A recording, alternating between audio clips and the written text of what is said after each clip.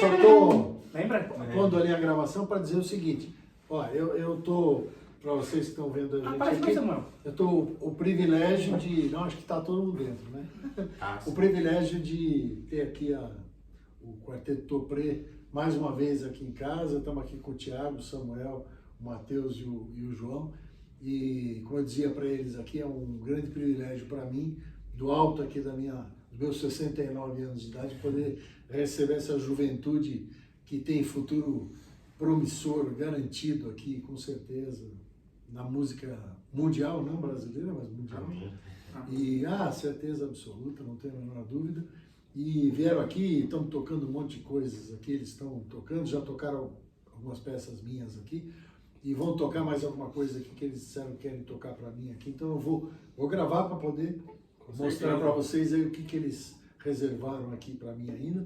E é despedida do Quarteto Topré, porque infelizmente cada um vai para um lugar, o Samuel vai para a Alemanha, o Matheus vai para a Suíça, e daqui a pouco sei lá para onde o Thiago e o João vão, mas enfim, esse é o caminho, a vida é assim, a gente, as flechas são arremessadas e depois que elas saem do arco, o arco não sabe mais para onde que elas vão. E o melhor que a gente que é arco, eu como pai me sinto arco e penso nos pais de vocês. E quando a gente é arco, o melhor que a gente pode fazer é aprumar a mão da gente, mas uma vez que a flecha saiu do arco, o arqueiro não pode mais fazer mais nada em relação à flecha. A vida da flecha agora é independente. Então, muito obrigado por vocês terem vindo aqui. É um privilégio ter vocês aqui. E vamos lá. Tá.